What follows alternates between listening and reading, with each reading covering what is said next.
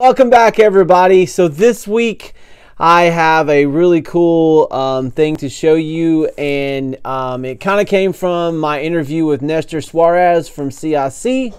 If you haven't seen that yet, I would suggest you check it out.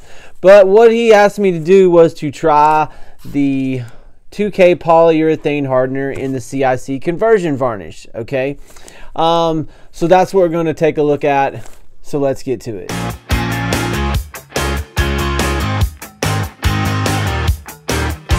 Alright, so before we get into the video, I want to tell you a funny story and then also go over a little bit of technical information on what I did and how this works. So last Friday, or the Friday before last, I don't know, I can't remember.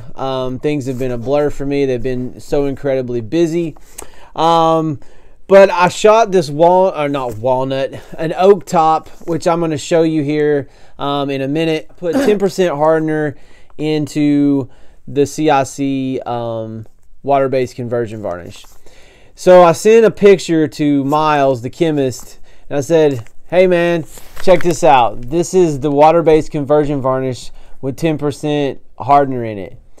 And it wasn't 3 seconds later, I got a response back that said, wow, what did you do? That doesn't even look like water-based. It looks like a low solids nitro lacquer. And I said, well, you may think I'm crazy, but I agree. And I really think that this hardener changes the look and feel of this coating dramatically. It just has a lot smoother hand to it, which is one of the things I've kind of complained about a little bit about this product. It doesn't quite have the hand as some of the other ones. But that issue is fixed if you put this in there. So we went on and talked a little bit more and went back and forth on a couple things. And one of the things that I did notice is as I shot a flat, which to me is kind of more looks like a lacquer 20 sheen, sometimes a little bit duller, but this does kick it up. And I can't remember exactly what he told me, so don't quote me on this, but I think when you add this, it adds like a 80% gloss value to it, and it ups the solid content as well. So what happens is if you're shooting a flat, it will kick it up to a satin. If it was a satin, it'll kind of kick it up into the semi-gloss range and onward. So if you wanted a flat, I don't think you could get it unless you added more flattening agent, and I'm not sure how that works. We'll try to work out the details on that. But without further ado, let's get into the testing. Okay, so before we get into the testing, I wanted to show you a flyby of how this thing came out. Unfortunately, I had to install it before I could do this video, but as you can see, it turned out absolutely gorgeous. Alright, so let's get into the testing. So let's start off with the chemical resistance. As usual, we've got our denatured alcohol.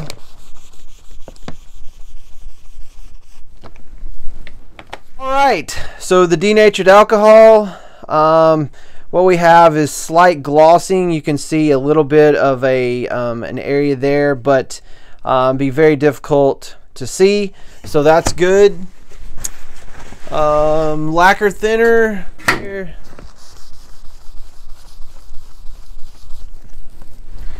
We'll let that flash off. Alright, there. Slight glossing, maybe. Hard to see. If you get the light right, you can see a little bit of glossing there, but not much effect whatsoever on that. And then let's take a look at the acetone.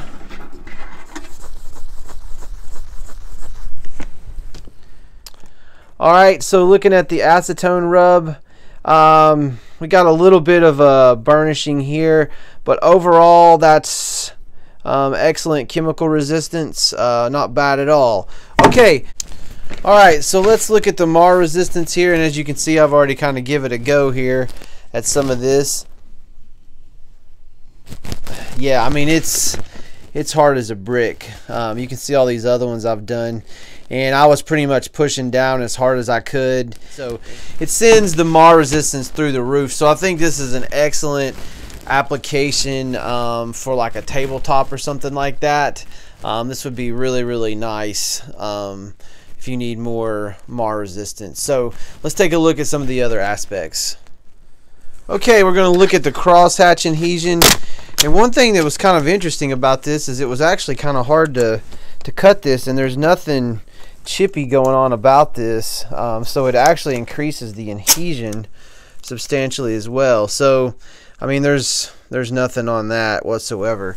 So I think is not only does it increase the mar resistance, but it increases the flexibility and also the adhesion on the product as well. So what I want to do is do a water test and let it set for 24 hours, and then I'll give you my final thoughts. Okay, so we're going to do the water test and leave this overnight. Put some ice on there, throw some water, smash it down. All right, so we're going to leave that set on there overnight to see if we get any rings, and then we will conclude this test. All right, we're back 24 hours. We're actually a little bit longer than that, probably 30 hours. And let's take a look at this. Let's wipe it off and see what we get. All right, so the water didn't penetrate it at all, so that's good. So we were right around 28-30 hours on that, so that's good enough for me. So let me give you my final thoughts on this. I gotta say that I'm really impressed, and I really like what this does to the coating. I think it elevates the mar resistance substantially, the water resistance, and it also helps the look and feel. It gives you more of that solvent-y look and that warm butter feel that you're looking for.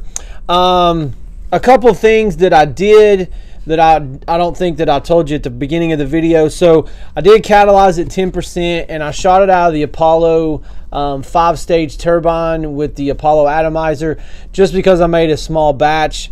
And I did thin it at about 5%, shot it out, and obviously it was beautiful.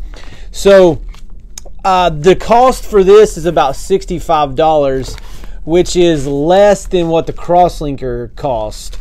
So I think that this would be a good application for this if you already have this product and you're using it and you have a tabletop or something like that. You could just buy this and add it to it instead of the crosslinker, and I think that it's going to work just as well because this coating is already pretty chemical resistant in the clear format. Also, if you're doing some kind of painted situation, like I've done some stuff where I've done stairs, this would be a good option for that too. You could actually use this for stairs. While we're talking about that, I do have, let's see, the Victoria's Secret Poly. Now I want to tell you a little bit about this. I'm going to be using this on a job, and I'm actually going to film it. I haven't done that before, but the reason I want to film this job is a couple reasons. One, I haven't showcased this product yet, so I want to showcase that, and I will do another video on the chemical resistance, the mar resistance, and all that.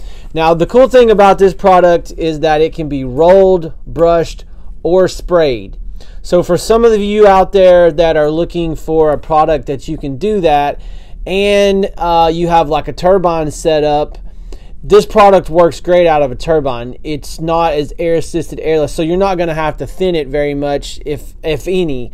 It's been a year since I've shot this when I first tested it, so I'll let you know, but I'm actually going to use the Apollo on this job, and actually going to use the Apollo turbine on this job, so you're going to get to see that whole thing and how it comes down. But the reason why I'm doing this, I'm doing 2 staircases in a house. It's a friend of mine, and so it gives me the opportunity to actually film something, and they were cool with that. And we're doing something interesting and unique because basically they didn't want to retread their stairs, and it was carpet. So basically what we have is pine framing lumber. Now if anyone's ever tried to stain that stuff, it's an absolute nightmare. So I'm going to show you a product and some techniques on how you can make a stained framing lumber look gorgeous. So these stairs are going to look awesome when I'm done with them. So stay tuned for that. I also have the universal primer. Now this product, I just talked to them today. It's not going to be out until the first of the year. What I'm seeing is I can put this on at 4 to 6 wet mills, sand it back, one top coat, and I'm done. So this could help get like a 2-coat system that I'm always looking for in water-based that I've really never been able to achieve. The other thing I want to talk about real quickly is I've been doing a lot of these signs for my wife, and she absolutely loves this CIC high gloss clear. Okay, I mean it's really nice for a water base. I gotta tell you, I'm getting the light so you can see it in there. But the trick with this is, so this is 4 coats, 4 or 5 coats, I can't remember. But what you want to do is on the last coat, either take some butyl cell or the LTC5 from the Lacey and mix it in 1-to-1 ratio, meaning 1 part butyl cell, 1 part water, and then mix in your final coat about 2%, and it takes out all the bubbles and everything.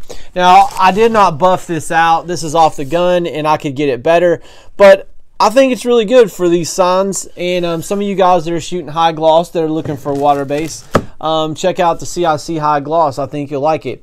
And again, it's a coating that it's very easy to shoot. So if you got a turbine system, a cup system, air assisted airless, it'll work out of all of those. The only thing I will tell you with the air assisted airless is to watch your air pressure and fluid pressure, because you can turn it up bubble wise. Hope you liked the video. Make sure you like and subscribe. Smash that bell button if you want the weekly notifications. And remember to test, don't guess. We'll catch you next week.